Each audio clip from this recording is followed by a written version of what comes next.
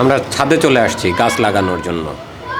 আমাদের ভাবি গাছ রোপণ করতেছে, ফুলের গাছ আর কি, সবগুলোই ফুলের চারা।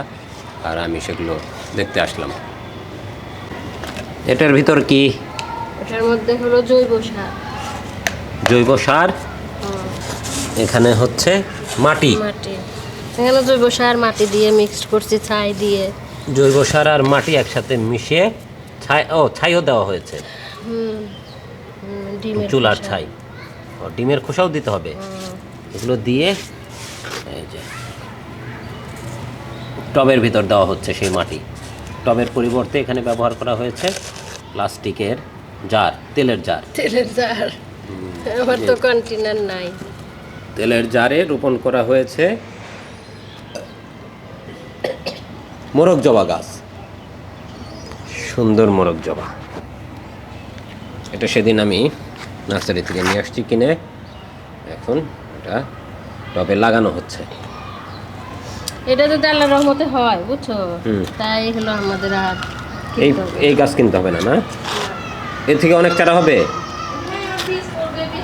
ও হ্যাঁ, এটার তো বীজ হয়, সরিষার মতো বীজ হয় অনেক। এখানে আমরা ছাদে রান্না বান্না করি। নতুন ঘর তৈরি করা হয়েছে ফুড ভিলেজের রান্নার জন্য।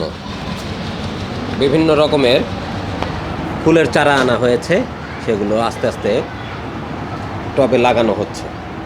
বাহ, চমৎকার একটা হলুদ রঙের চন্দ্রমল্লিকাও এনেছি। এটাও এখন টবে লাগানো হবে। এটা হচ্ছে লাগানোর জন্য টব মাটি দিয়ে ভর্তি করা হচ্ছে, ক্যারেট ইউজ করা হচ্ছে। এটার অনেক শাখা প্রশাখা হবে তো পরে। ও, এটার শাখা প্রশাখা বেশি হবে। এই জন্য ক্যারেট ইউজ করা হচ্ছে, যাতে অনেক বেশি জায়গা থাকে ও যাতে চারিদিকে ডালপালা ছড়িয়ে বংশ বিস্তার করে প্রচুর ফুল আমাদেরকে উপহার দিতে পারে। এটা কি গাছ? এটা কি ফুল?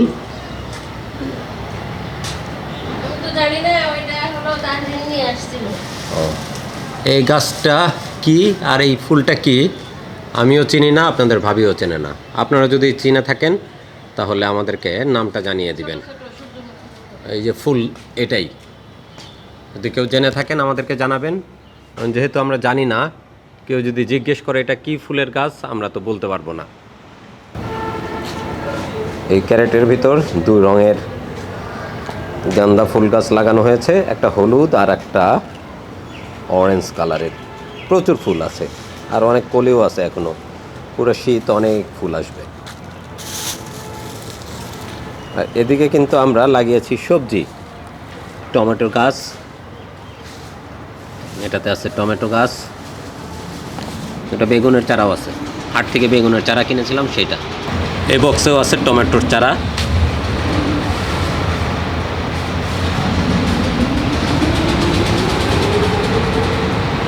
এখানে আছে বেগুনের চারা। আর এই বস্তাতে আমরা দিয়েছি শিম গাছের চারা।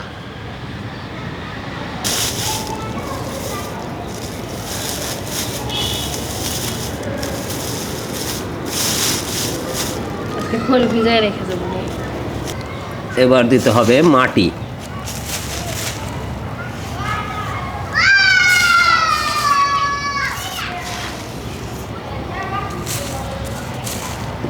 শাকসবজির খোসা, তার উপরের লেয়ার হচ্ছে ধানের খড়, আবার শাকসবজির খোসা। পচে দুর্গন্ধ বের হচ্ছে মনে হচ্ছে। পানির মধ্যে ভিজিয়ে রাখলে না সার হয়ে যায়, বুঝছো? আচ্ছা,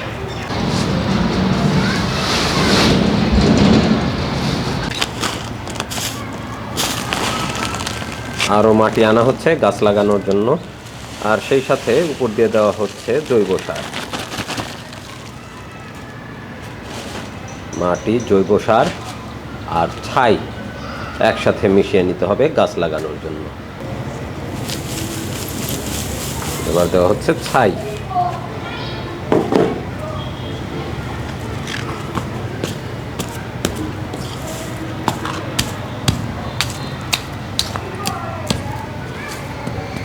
এবার মাটি, ছাই আর জৈব সার, তিনটা ভালোভাবে একসাথে মিশিয়ে নিতে হবে।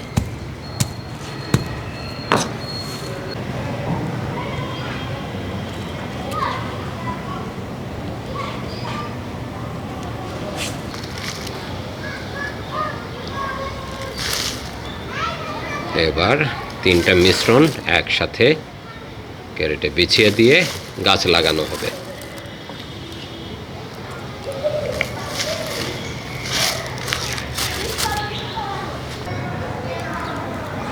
লাগানো হচ্ছে এবার চন্দ্রমল্লিকার গাছ।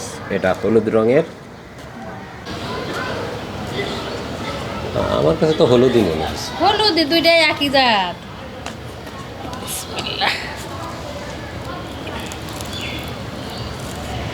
এটা হলুদ রঙের চন্দ্রমল্লিকা।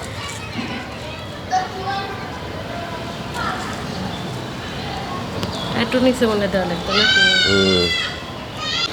অনেক সুন্দর গাছ, চমৎকার ফুল। চন্দ্রমল্লিকা ফুল দেখতে খুবই সুন্দর লাগে, আর যখন গাছ ভরে ফুল আসে তখন তো আরও চমৎকার। 3-4 রঙের ফুল আছে। এই ফুলটা এখানে লাগানো হয়েছে হলুদ রঙের ফুল। সুন্দর করে গোড়াতে মাটি দিয়ে দেওয়া হচ্ছে যেন হেলে না পড়ে।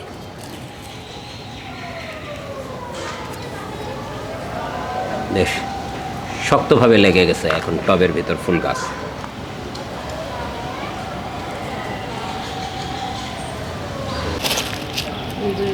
উপর দিয়ে আরেকটু জৈব সার ছিটিয়ে দেওয়া হচ্ছে যাতে গাছগুলো তরতাজা হয়ে ওঠে।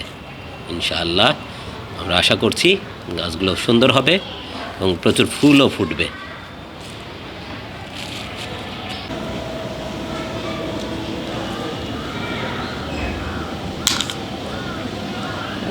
অনেকই লাগে। লাগানো হয়ে গেল চন্দ্রমল্লিকার চারা, চারা না ফুলসহ গাছ।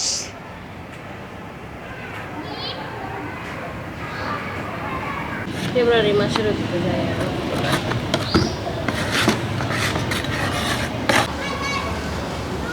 এখানে আছে বড় বড় বেগুনের চারা। বেগুনের চারা রোপণ করার জন্য এই যে প্রস্তুত করা হয়েছে মাটি গামলার ভিতরে। এখানে বেগুনের চারা রোপণ করা হচ্ছে। আল্লাহ ভরসা, দেখা যাক।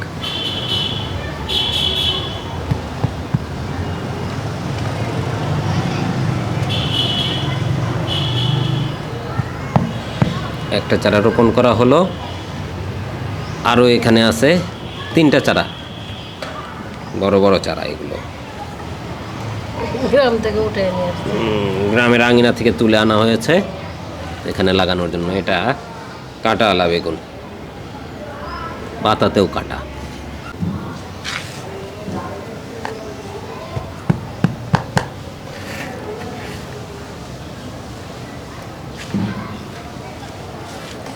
দ্বিতীয় বেগুন গাছ লাগানো হচ্ছে তেলের বোতলে।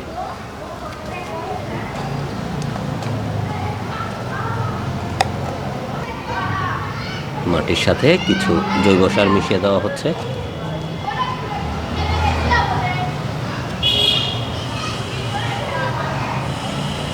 লেগে গেলে পরে খোল দিব না। গাছ লাগানো শেষ।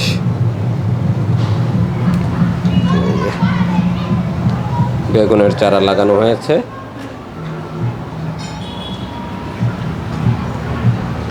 এটা একটু মরা মরা, এটা তাজা আছে। এই গাছটা একটু দুর্বল, এটা বেশ সতেজ আছে। দেখা যাক গাছগুলো বাঁচে কিনা। এদের মধ্যে কিন্তু সন্ধ্যা লাগতে বসেছে, অন্ধকার হয়ে আসছে চারিদিকে। তুমি আবার চুলা লেপতে বসলা? হ্যাঁ, চুলাটা লেপে যায়, কালকে কাজ করতে সুবিধা হবে নাকি? হ্যাঁ, মাটির চুলা প্রতিদিন লেপতে সুন্দর করে লেপে রাখা হচ্ছে, চকচকে থাকবে আর ফাটবে না। এই যে আমাদের খাওয়ার পানির গ্লাস, 2টা গ্লাস ভেঙে গেছে। এই গ্লাসে আমি পানি খাই, কিন্তু 2টা গ্লাসই গতকালকে ভেঙে ফেলেছে। মাটির গ্লাস পাওয়াও অনেক কঠিন আমাদের এলাকায়।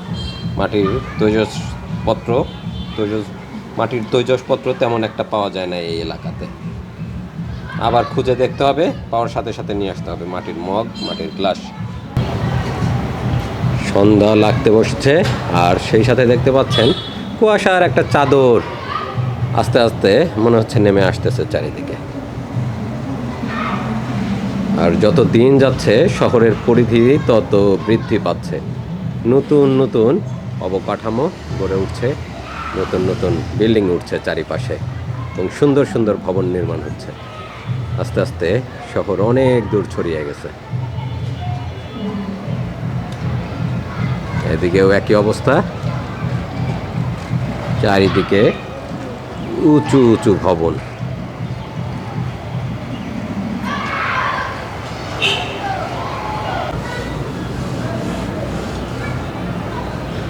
আপনাদের ভাবির কাজ শেষ হয়নি এখনো। কাজ শেষ হলেই আমরা সব গোছগাছ করে নিচে নেমে যাব। এই পাশের খাঁচার ভিতর ঘুঘুগুলি ঢেকে রাখা হয়েছে শীতের জন্য, ওদেরকে খাবার দিয়ে যেতে হবে যাওয়ার আগে, রাতের খাবার।